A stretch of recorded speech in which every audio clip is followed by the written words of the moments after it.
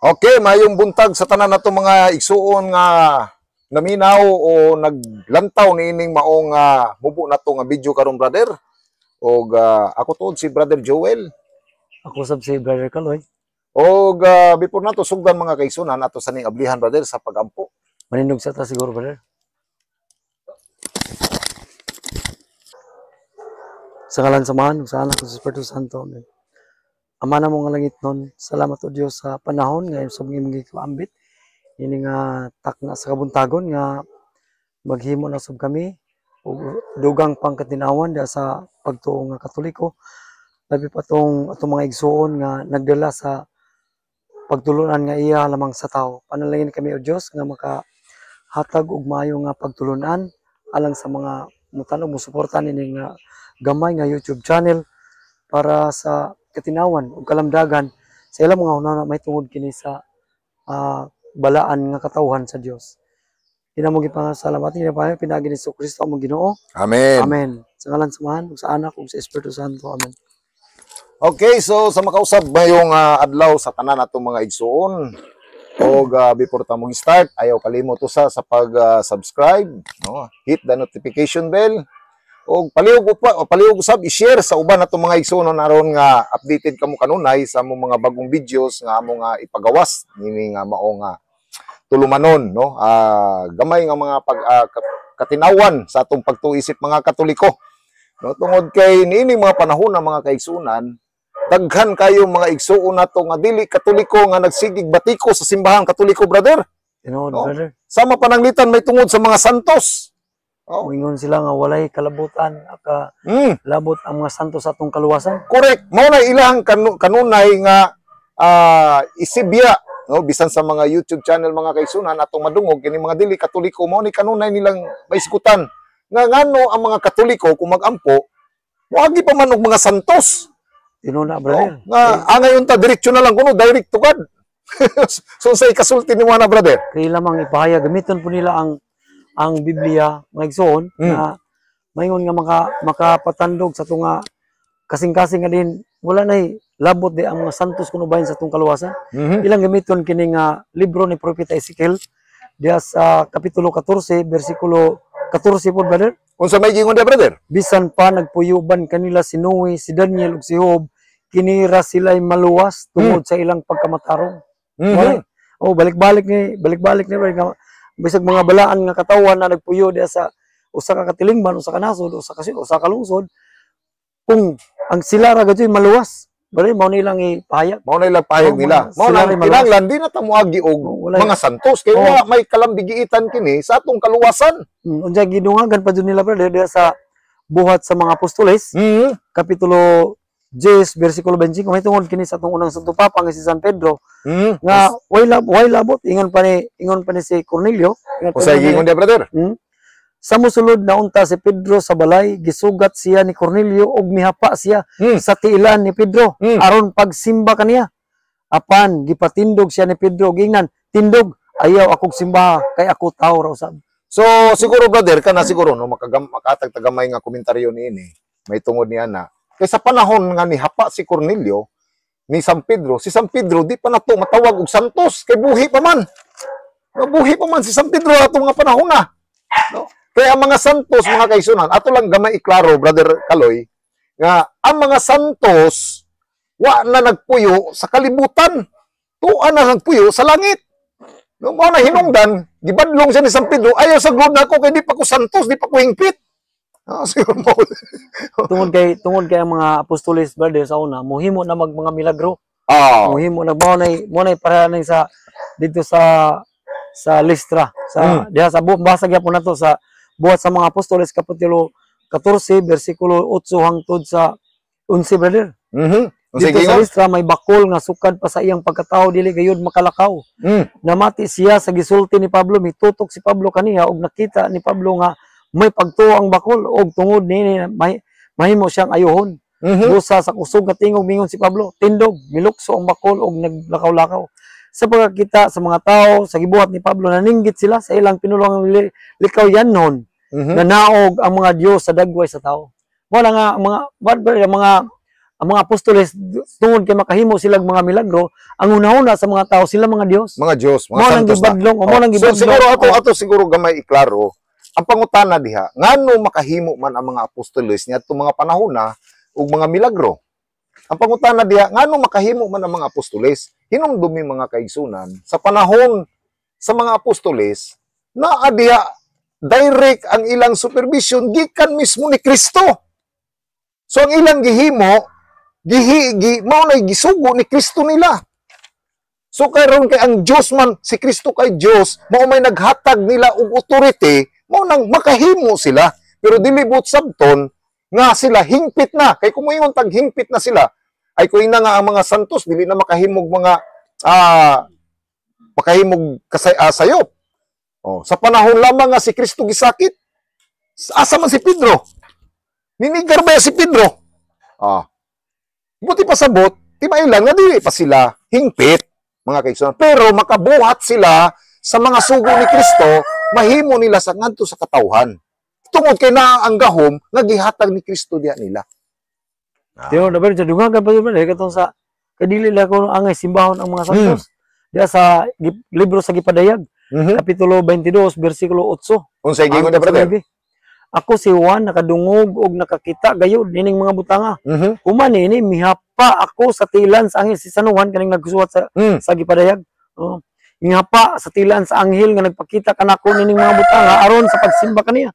Apan mingon ang anghel. Mingon ang anghel kay ayaw kana buhata. Sulugoon lamang ako sa Dios sama kanimo og sa imong mga igsuon nga mga propeta og sa tanang nagamping sa mga pulong nining libruha. Mo'y simba ang Dios. Correct. Mo nang ang ilang pagsabotan ni brother, Nagsimba na to ang mga santos.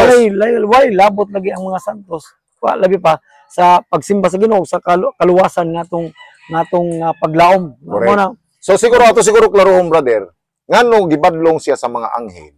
Kay ang pagluhod man gyud nga hunahuna sa pagluhod niya ngadto sa anghel tungod sa iyang pagsimba. No? Mao nang gibadlong siya sa anghel nga dili siya angay simbahon. Kay usaray angay simbahon. Mao bitaw bisan tudlo baya sa Katoliko brother. Wa baya tagisugo nga simbahon nato ang mga santos. No? Kundili muhatag tagpagtagad o pagrespeto sa mga santos dili sa pagsimba. Kay ang pagsimba para lang gayud nga sa atong Ginoo. Pagsimba. Ang dunay duha man ka klase ang pagsimba. Kaning ang sa mga santos ang gihatag nato sa mga santos mao nang pag-venerate. Ang sa Dios kanang gitawag nga adoration. So mo ni mga igsoon nga tungod ining mga tekstuha daghan po natong mga igsoon nga mga Katoliko na daan ni nga Correct. dili na motuo sa mga santos. Mga pastor nga nagdaan nila tungod ining mga teksto nga gibasa sa Biblia motuo lagi kay og Biblia ganay pulong man sa Ginoo. Diya motuo nga atong mga igsoon mo nang nadaa sila diya sa ilang mga pundok. Mga igsoon daghang mga Katoliko ang nalimbungan tungod ining mga tekstuha.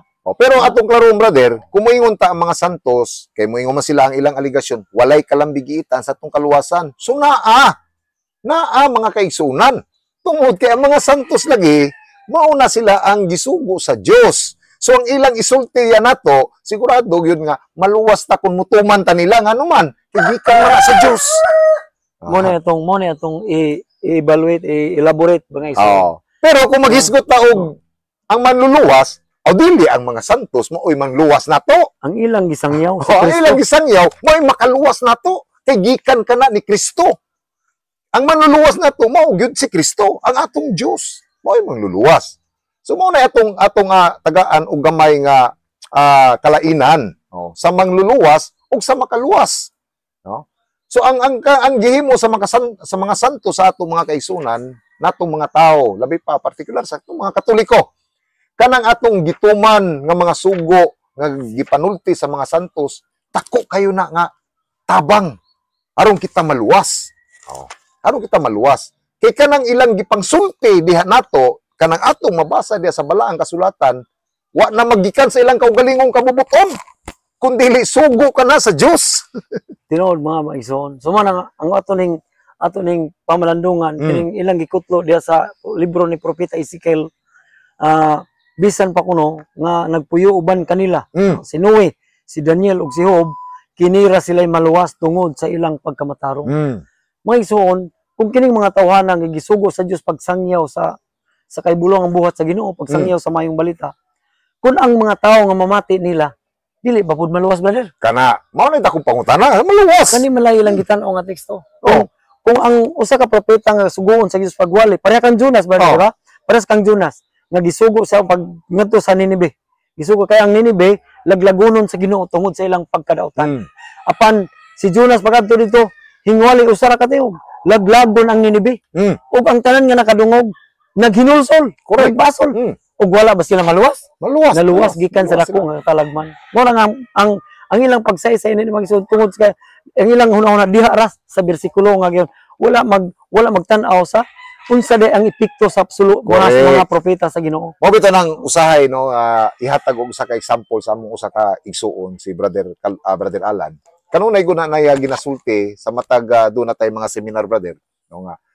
Ang kini manggod nga gitawag nato og kanang parag-ingnan sa mga apostol, sa mga santos, no.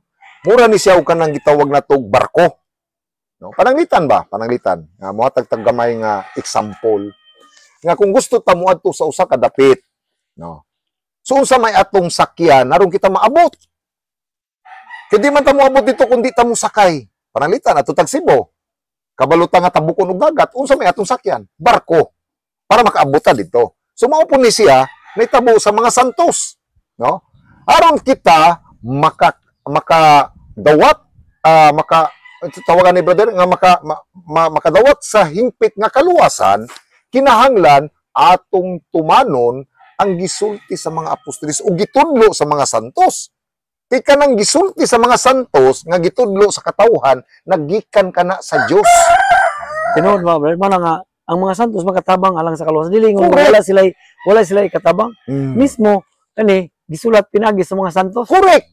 Naa din mga magtuturos mga ug kani ang sumbanan magtudlo kana to. Oh, Di ba magtudlo kana to ug dugang atong isa-isa lang mo katong sa kang San Pedro kang Cornelio.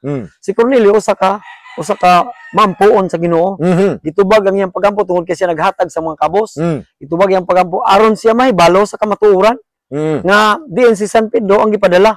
Gipakuha niya tungod kay diha sa iyang pananawon gipakuha to si San Pedro dito sa nga gipuy-an niya ni San Pedro gipakuha siyang mga tao. Pag-abot niya dito tungod kay nagunaw na siya kay kini nga tao dili ni basta-basta nga tao tungod kay gipakuha dito sa Ginoo. Gamo na nga hingsimba siya pero maho nang samo nang gingon mga igsoon na kining mga santos mga apostoles una naghimo og mga milagro ang makakita gani ang tao ilo na gud siya nga Dios. correct. Makahibaw mo na ilang pagbadlong. Pagbadlong nila ayaw kog simba ay ipatindog ni San Pedro gingnan tindog ayaw akong simba kay ako tao lamang para nimo. So mo ni mga igsoon tungod kay kung ang tao makakita og mga kahibulungan mga milagro nagtuo nga kini Dios ni siya. Mo ni nga pagbadlong mo ni si San atong say na si San Pablo dito sa Listra nga naghimog milagro pasapa gisi jud ni San Pablo ilang gibiste. Kay aron nga pasapa kita sa mga tao nga gibuhat ni Pablo naninggit sila og sa ilang pinangikawanon nanaog ang mga Dios sa dagway sa mga tao og ilang gaagziyo si Bernabe, si Hermes, si Pablo kay siya man ang tigpamaba. Ang templo ni Zeus,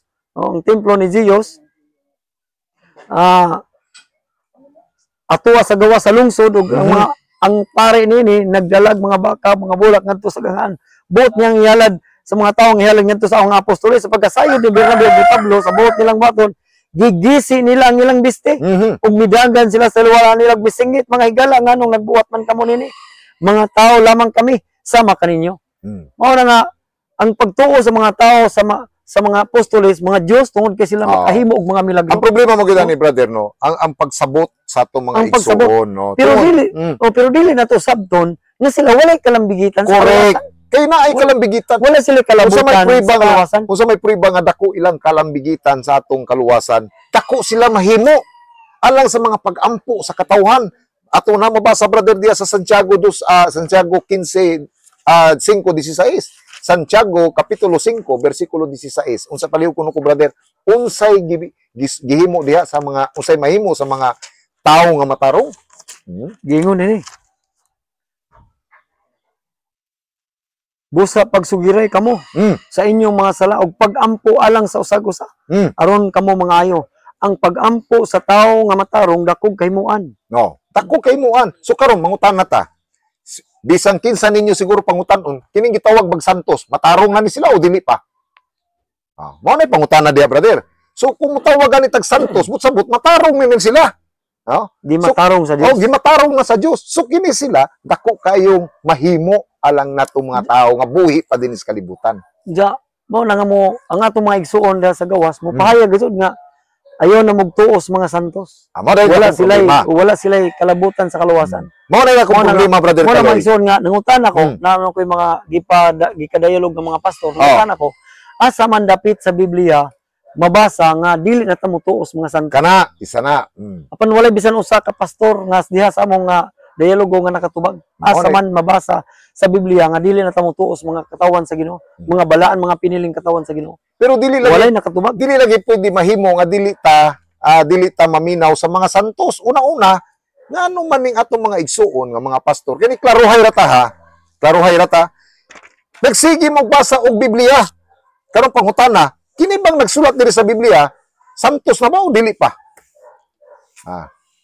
Kanang na mga ebanghelyo, santos ba na sila o dili pa? O nga nung nituuman mo sa Biblia, kung dili mo mutuog santos. Sumura na pinaka-simple ba? Simple nga logic. Og sila, ang mga santos brother, mo gitugyanan sa gingharian sa Dios. Correct! Diha sa tagna ni Propeta Daniel, Kapitulo 7, versikulo 27. Unsay gingon, brother? O gihatag ngadto sa mga pinili sa labing halangdon ang gingharian. Ang gahom sa mga gingharian ubos sa kalangitan, mapanag-iya sa katawhang pinili sa Dios. Katawhang pinili sa mga santos. Mga santos. Walay pagkatapos ang ilang gingharian ug alagaran sila sa tanang mga nasod. Mabitaw atong iyampo mga kaigsunan nga unta kining atong mga kaigsunan nga nagsigig panguntrag santos unta mapili po sila sa Dios aron masayran nila unsa day kinabuhi sa santos. Kung mahimo silang santos. Singunan nara, no? Kaya mao na mga kaigsunan nga ang santos dako kayo alang sa mga siguro sa mga kaigsunan nato karon nga nitanaw ni atong video karon at least makakutlo po mong mga gagmay nga mga pagtulunan nga dili nato pwede itsapoy ra mga kaigsunan ng santos. Tinuod mga igsoon kay sila ang gitugyanan sa gingharian. Kano sa man ni natuman sa panahon sa atong Ginoong Hesukristo. Diya sa Ebanghelyo ni San Mateo kapitulo 18 bersikulo 18. Unsay gingon, brother? Una ni brother diha kang San Pedro gitugyan. Diya sa Ebanghelyo ni San Mateo kapitulo 16 bersikulo 19. Unsay gingon? Si San Pedro lamang ang gitigaan ini. San Pedro. Og ihatag ko kanimo ang mga yawi. Dili lamang usa ka yawi ha. Ang mga yawi sa gingharian sa langit. Ang idili nimo dinhi sa yuta, idili usab dito sa langit. Ug ang imong itugot dinhi sa yuta, itugot usab dito sa langit. Siguro ato sa sigurong klarohon, brother, kung unsay buti pasabot ning yawi. Kay base og ilang giliteral ni nga yawi ba? Usay buti pasabot ning yawi nga gihatag ni Kristo ngadto sa ni Pedro. So nga kining yawi mga kaigsunan, authority, no? So authority ni siya, ang simbolo ni siya og authority kining yawi. Dili ni literal nga yawi nga yawi sa kanang balay o yawi sa inyong motor, kundi usa kini nga yawi nga gihatag sa Ginoo nga authority. Nga pwede niya diha lamang kang San Pedro. San Pedro. Pero ang pagtulunan mga igsoon gitugyan una jud ngadto sa mga apostoles. Mabasa sa Ebanghelyo ni San Mateo kapitulo 18 bersikulo 18. Unsay gingon, brother? Ug busa sultihan ko kamong tanan. Ang inyong idili dinhi sa yuta, idili usab dito sa langit. Correct. Ug ang inyong itugot dinhi sa yuta, itugot usab dito sa langit. Diyan na pagtugyan sa gingharian sa Dios. Ang gingharian dinhi sa kalibutan gitugyan una ngadto sa piniling katawan ang mga apostoles. Muna ang mga igsoon nga sila may dako nga kaymuan instrumento alang sa tong kaluwasan. Correct. Kay diha kanila nasangyaw ang mayong balita alang sa kaluwasan. So buti pasabot brother Kaloy sa laktod nga pag-istorya ang mga santos morning instrumento nato sa kaluwasan. Instrumento sa kaluwasan nga gipadala sa ang Ginoo jud nagpadala. Ang Ginoo jud nagpadala nila mga igsoon. So balik ko na wala joy pastor nga nakatubag asa dapit mabasa litra por litra sa Biblia nga dili na ta motuos mga santos. Kana. Tungod kay wa man sila nakatubag unsa man atong mabasa sa mga balaan nga katawan sa Dios. Mabasa nato mga igsoon diha sa ikaduhang libro sa Kronikas, kapitulo 20, bersikulo 20. Unsay gingon, brother? Ingon dinhi. Unya sayo sa buntag, ngadto sila sa kamingawan sa Tikua. Mm. Og samtang naglakaw sila mingon si Josaphat. Pamati kamo kanako katawhan sa Juda ug sa Jerusalem. Salig kamo sa Ginoo nga inyong Dios ug malig-on kamo. Tuo kamo sa iyang mga propeta ug magmalampuson kamo. Correct. Patuwan.